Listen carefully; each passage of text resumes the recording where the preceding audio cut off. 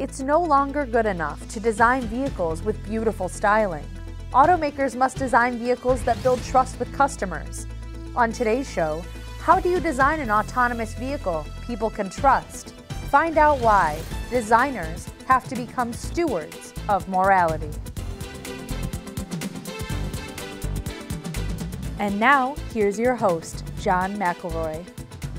I want to thank you all for joining us on Autoline this week. Great show today. We're going to be talking about the future of design. Not so much the technology, although we might get into some of that, but more of the philosophy behind it. And I've got three great guests to talk just about that, starting with Phil Gilbert. He's the general manager of design at IBM. Phil Burchard is the director of design business sector for Dassault Systems, company that's got the most amazing software. And Jeevak Badve is the vice president of Sundberg-Ferar, an industrial design studio. I want to thank all three of you for getting together to talk about this. Phil Gilbert, let me start with you. I thought that, we'd be talking a lot about technology, but as we prepared for the show, you and the other two started taking it off in a different direction. Seems to me that recently design's all about delighting the customer, but in fact what you talked about is you have to start designing for trust and values. Yes. Expound on that. What do you mean by that? Well, I think it's playing out in the headlines every day, and it doesn't matter whether it's on sites that we think are connecting us socially, whether we're talking about the impact of autonomous vehicles. I think more and more we're starting to see that the implications of a product in the world don't stop with whether the user is simply delighted or simply buys the thing or buys the next version of the thing. We're now starting to see that people are getting more and more concerned about the impact of it. Not necessarily just the social impact, but the impact on society, the impact on their lives. What are the downstream implications, the unintended consequences of certain design decisions?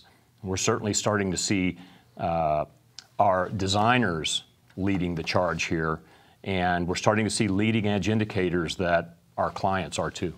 Jeevak, you have a lot of clients, I'm sure, as the head of a design studio. Are you seeing this sort of thing? I think absolutely, yes. I would like to second what Phil is saying is, so the delight, the desire, the attractiveness, the aesthetics has to be there, but before that comes the usefulness and the usability of what that product, that object, that vehicle, that artifact has to bring in your life. So understanding those fundamental needs, the job to be done, if a person wants to do this, and he has to, first of all, be offered to do that, and then on the top of that, you can layer all the other elements that will make the life more easier. But never forget the authenticity, the originality of why the person is buying, exchanging their hard-earned money for that artifact itself. Artifact can be a software, hardware, or an amalgamation of it, but making sure they're buying it and doing it for the right reasons. Because I think, Phil, designers are typically, when I say designers, any creative design mind, they represent the citizen on the road. So not just working for a corporation or the client,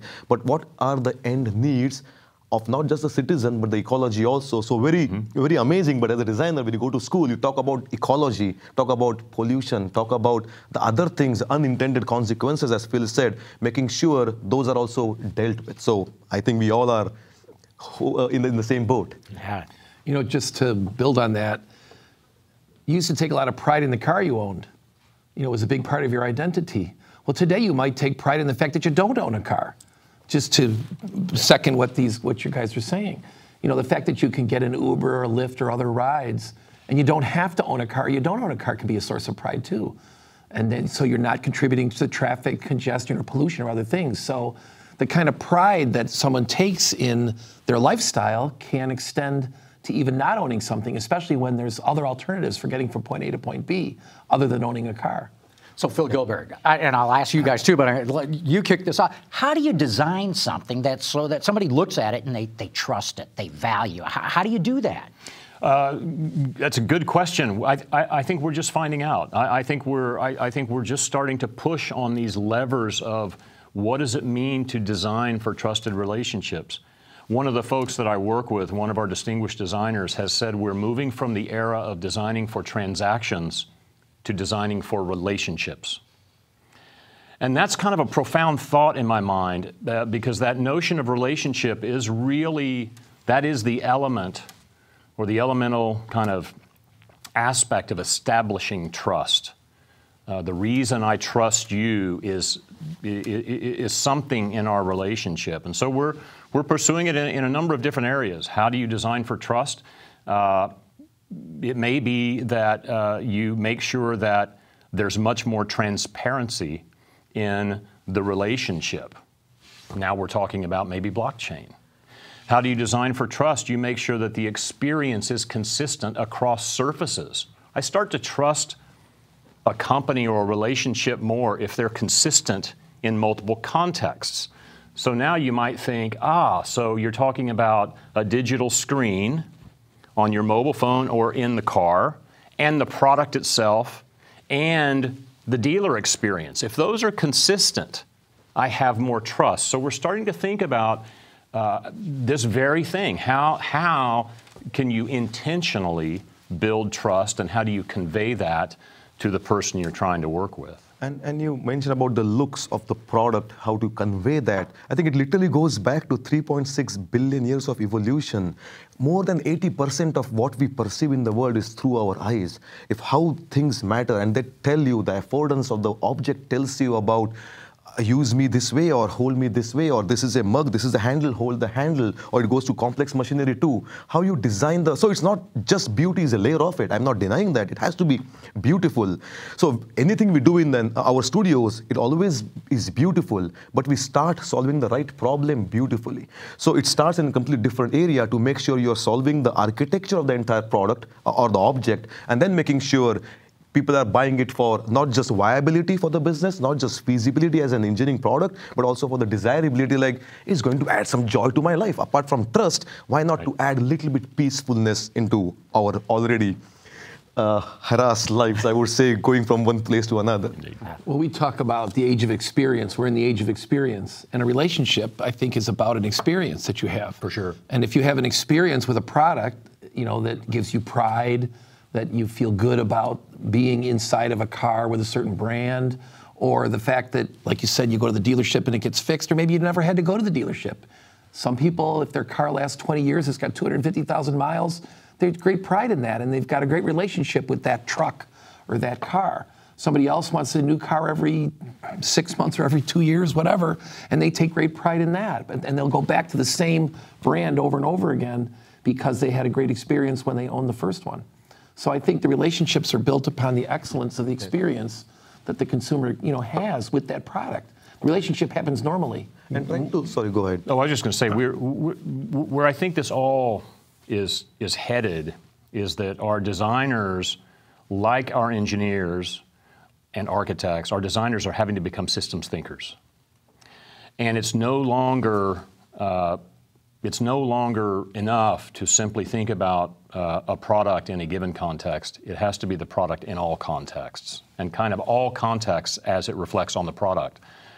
And so you start to get into things that, like sustainability, things that architects have been involved in for a very long time. We're now starting to see issues of sustainability creep into even all digital products, like a social media platform. What does it mean to be sustainable? We're starting to test that. We're starting to see that in the headlines as we speak, what some of these things mean. But I think ultimately it means that we have to start thinking about, much more holistically, about the systems in which these experiences are living, and all of the possible contortions that can put on them. And as they say, a good product cannot be designed in isolation. You have to understand the entire ecosystem of it, about where it lies, the space it occupies in time and space, basically, and making sure you're solving the problem. And the main thing is, as we advise our clients, is not just solving the problem from the category, but really trying to extinguish the problem from the entire ecosystem. Because if a person is accessing, or a company is doing it only from one angle, and you push the problem to some other category, the end user, the poor user, he or she might be still undergoing the frustrations, the annoyance, the helplessness of what they want to go. So when designers collide together and try to solve those things in a systemic view, that's where the pure future would be. And the good thing is, many corporations are going that way.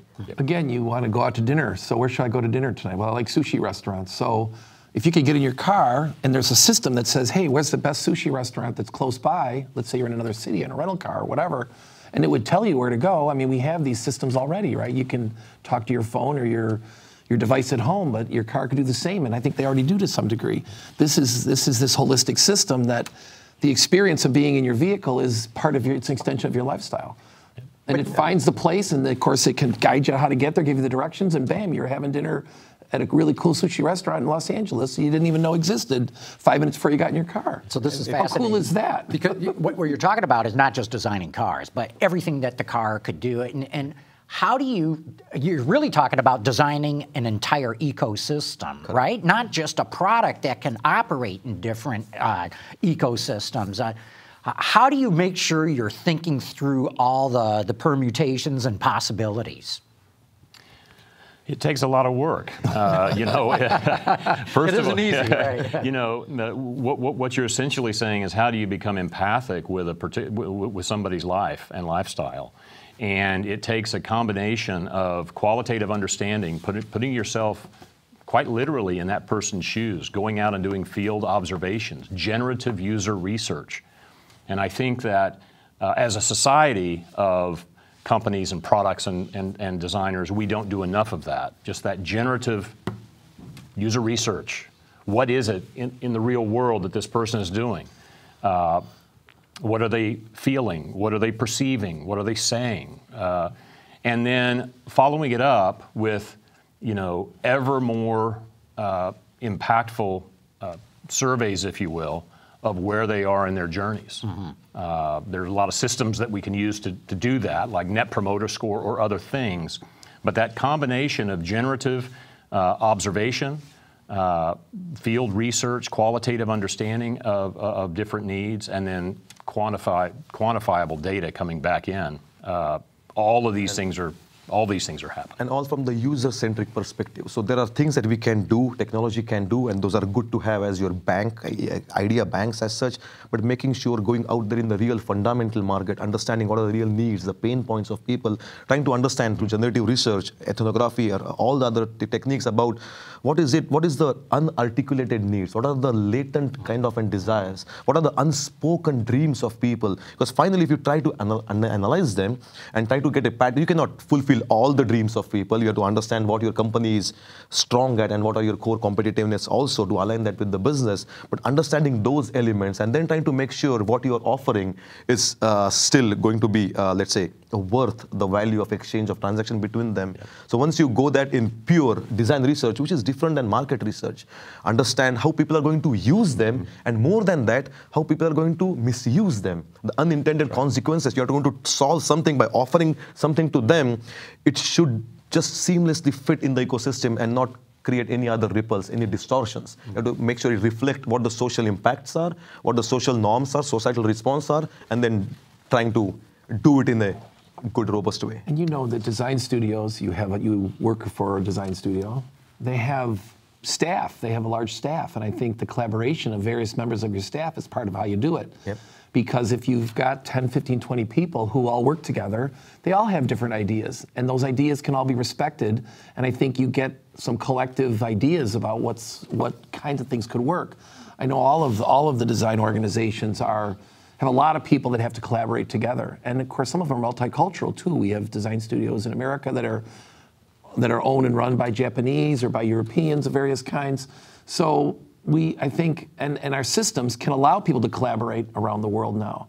So that the way to get at that is to get as many voices as possible through your own staff, but also through things, you work for IBM. I mean, IBM Cloud is being advertised like crazy on television right now. Well, that makes available all sorts of data to everybody. And you have tools, too, because Dassault Systems does some of the most amazing simulation software that is so realistic. So I would imagine as you're talking about designing for an ecosystem and all the different permutations, that you can actually, in a very realistic way, simulate what that product's going to go through. Exactly. You can try things in a way that lets you try hundreds of ideas and vet them out in the virtual space as opposed to having to build everything to try it all out. And that applies not only to cars, but to all sorts of products. So it's true that we are very proud of the fact that Dassault Systems supports these kinds of studio activities, because if you can bring your design to life in the virtual, And if you don't like it, throw it away, try something different. You mentioned maybe coffee mugs or something else. It doesn't have to be a car, but you certainly can try different things, and you can bring it to life in space, almost like a Disney movie or like a movie, and see what it looks like. And then if you don't like it, it's okay, because it's just a digital thing that you can then just go on to the next idea and the next one, and each one builds on the one before. And if you start filtering in data that you pulled from the cloud or from the big data they talk about, the Internet of Things, that kind of stuff, you know, you can vet these ideas and put them into your products and see what they look like before you have to build, because you can't build 1,000 prototypes, 1,000 different things, but you can look at 1,000 different things on the computer. GVAC, you said something very interesting, discovering how people might misuse a product. And I think this comes back to what you kicked off with, Phil, of designing trust. If you can figure out how somebody might do something wrong in the design stage, you can easily design, well, I shouldn't say easily. Now you can address how you start to design something so that it never happens. And the thing is, we all read Harvard Business magazines or any other magazines too. They always say, fail fast, fail often. That's good, but not in the real market. It has to be done in a design or a lab where you do prototypes, might be digital or physical, might be just paper or cardboard or just wood, but low precious materials, and try it out. Try to do the role playing. Try to place it in hands of real user. I'm a designer, we are designers here, but designer is not the real user. You have to make sure how the real users are going to look at it from their mental models. You might design an artifact, it might read something completely else to a different person, trans culture, trans age, demographics. So the art is trying to make sure you fail fast, fail often in a more controlled lab, design studio-ish kind of an area, and then learn them using processes like digital areas to earn the knowledge, bring it back to the next level. It is an iterative process, and there has to be sufficient time for that. Yes, it is easy what you said. It's not robotic science. You just have to have the proper gumption and temperation and the time to make sure we want to do the right thing, rather than just doing it for fast to the market. And the company has to have the culture to allow you to fail and learn, not fail and be criticized. If the company, the executive management, whatever, allows you to fail early, fail often, but doesn't hold it against you, but says, this is a learning experience, we'll move on to better ideas, then you get a culture of innovation that is as long as you move on to better ideas. Yeah, exactly. I was just going to say that I have two quotes that I've handwritten in my office, and one of them is kind of pertinent, by a designer, Nathan Shedroff. He's a great designer. And his quote is, "The role of the designer is to trigger the right response."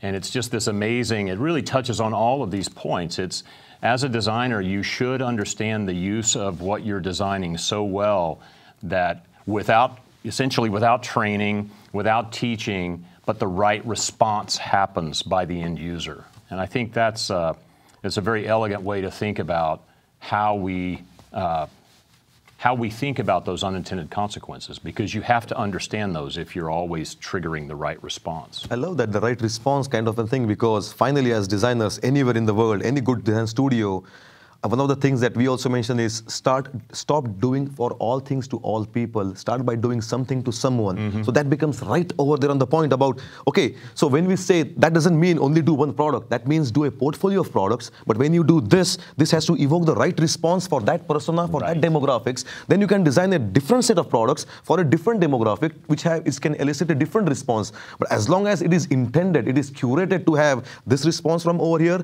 this response from over here. This might be, let's say, the luxurious, prestigious category. This might be the everyday bread and butter category. That's perfectly okay. But as long as you try to make sure you're not diluting here, it can be polarizing. This might not be liked by this demographic. That's perfectly okay, as long as you have the right alignment. It finally goes back to Maslow's pyramids, right? If you go and design for the top self-actualization triangle, and people love that, people are drawn towards it, that's the best thing. You can save some marketing dollars over there where people seek you out. And no matter what, we talked about social media, we have always been reference world, mouth-to-mouth kind of an advertisement things, and that is more true in the social media world. If people and users are seeking out the best product and they're happy, they are proud to show it off their next cocktail party. Hey, I bought this product because this is what you must do, and that comes into the right response elicitation. I love that.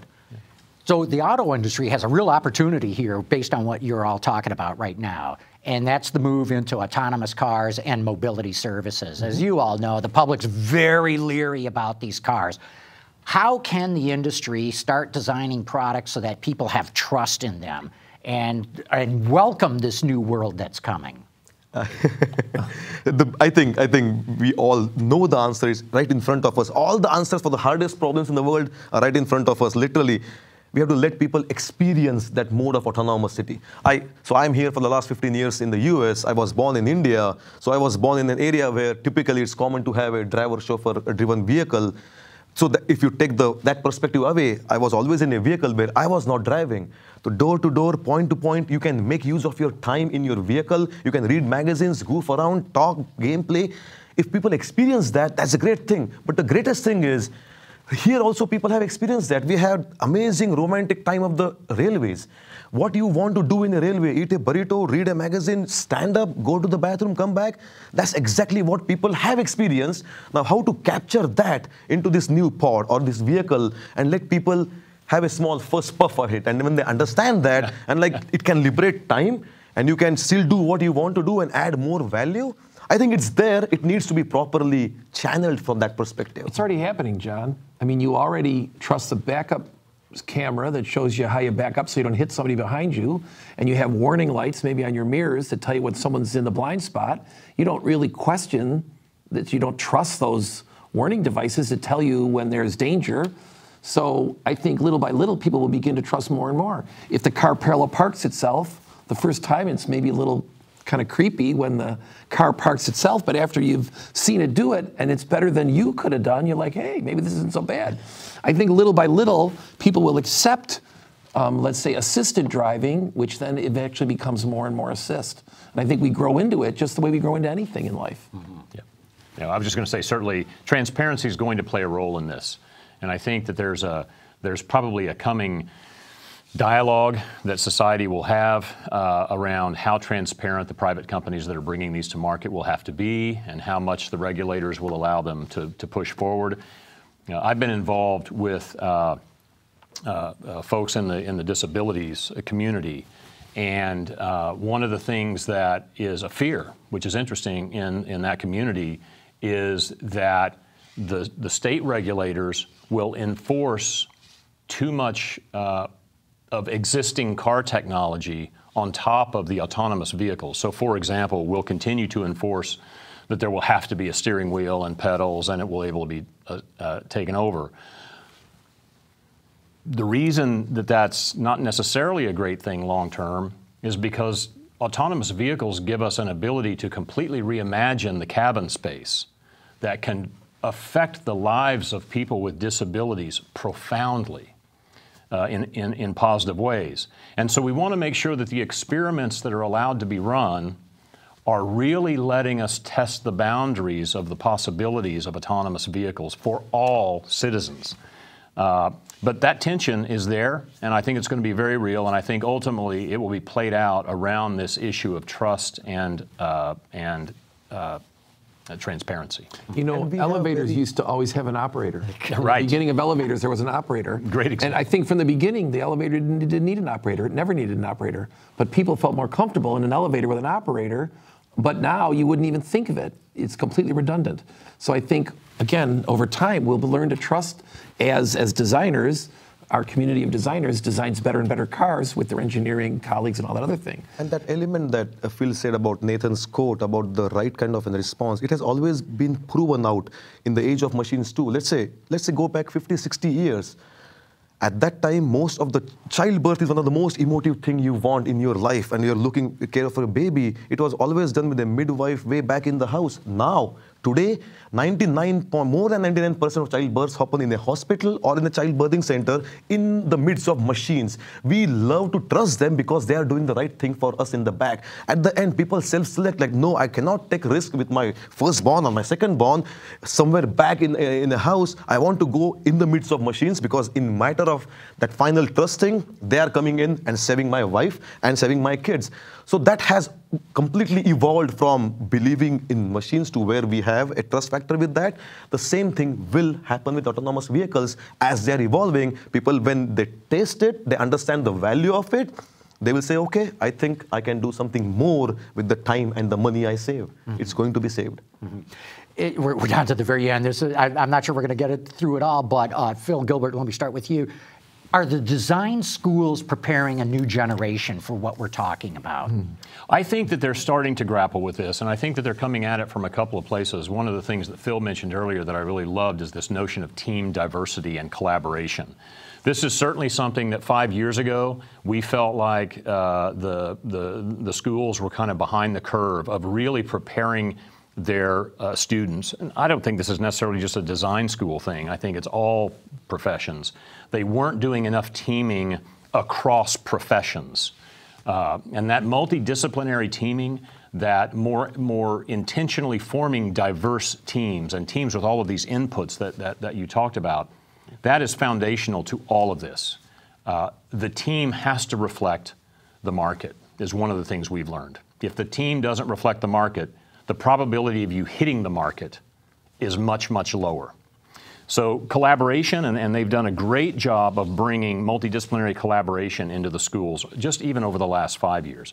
And I think now you're starting to see more and more groups talk about the ethics, especially in the digital spaces, the ethics that are going to be required, and how do you bring a user-centered perspective to this debate around trust and ethics and sustainability.